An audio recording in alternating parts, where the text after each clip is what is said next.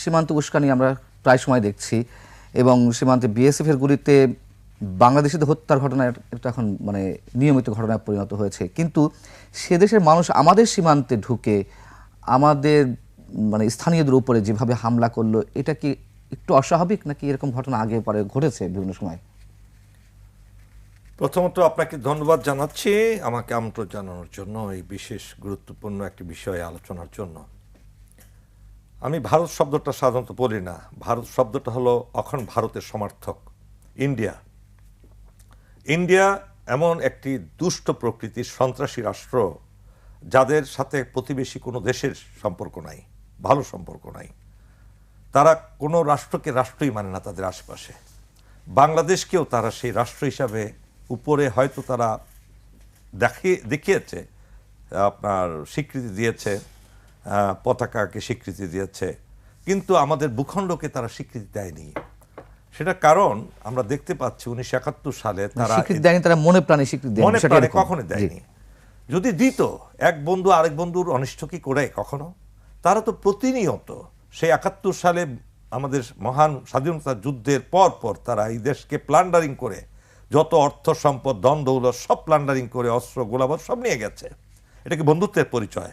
আপনি আমাকে একটা আক্রান্তকারী কাছ থেকে রক্ষা করতে গিয়ে আপনি ভ্যানিটি ব্যাগ নিয়ে চলে গেলেন আমার কাছ থেকে, আমাকে বাড়িতে নিয়ে গেলেন, এটা কি বন্ধুত্বের পরিচয় হলো? ইন্ডিয়া ঠিক একই কাজটি করেছে।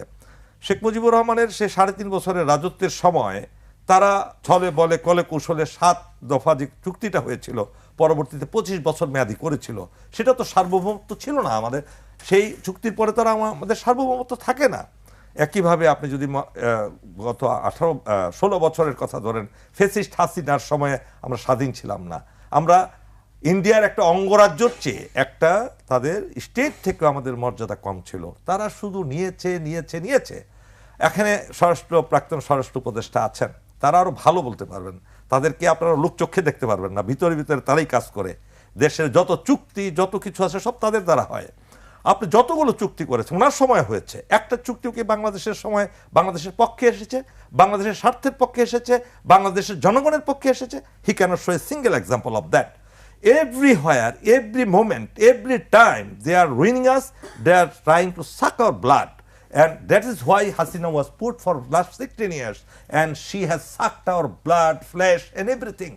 আপনি দেশটাকে ধ্বংস করে দিয়ে সে যখন পালিয়ে গেছে, সে একা পালিয়ে যায়নি, তার সন্ত্রাসী সকল আমলারও তার সাথে আছে, তার সাথে সন্ত্রাসী কিছু 2-4জন সামরিক অফিসারও আছে, তার সাথে সন্ত্রাসী তাদের দলের হাজার নয় লক্ষ লোক আজকে ইন্ডিয়াতে আশ্রয় নিয়েছে এই বাংলাদেশকে দেশ শেষ করে দেওয়ার জন্য। কেননা আওয়ামী লীগ বাংলাদেশের স্বাধীনতা বিশ্বাস করে না।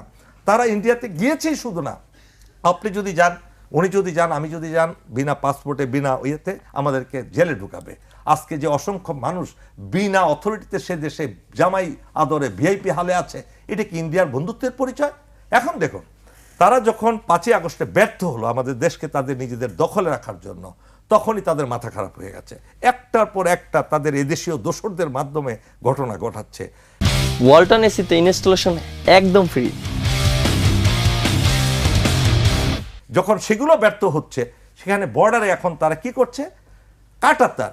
আপনি বলুন, আপনি তো অনেক অনুষ্ঠান করেন, 21 রাতে আপনার সাথে আরো অনুষ্ঠানে আমি অংশগ্রহণ করেছি।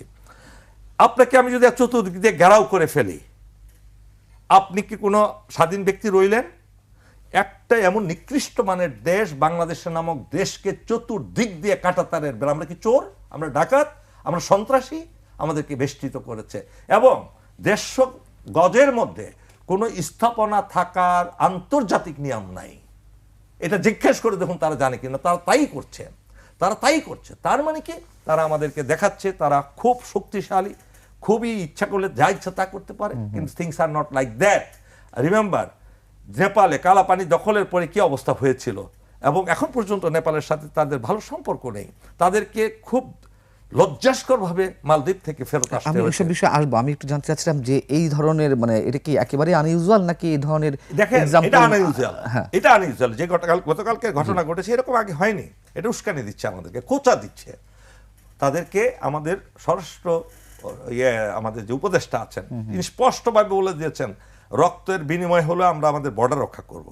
আমি বলছি আমাদের রক্তের প্রয়োজন নাই, আমাদের there are many means to stop that. I am not going to that, but what they are doing, they are not doing anything as a friend to all, friends to all, manners to none, এই জিনিসে তারা বিশ্বাস করে না। তারা শুধু নিতে জানে, দিতে জানে না।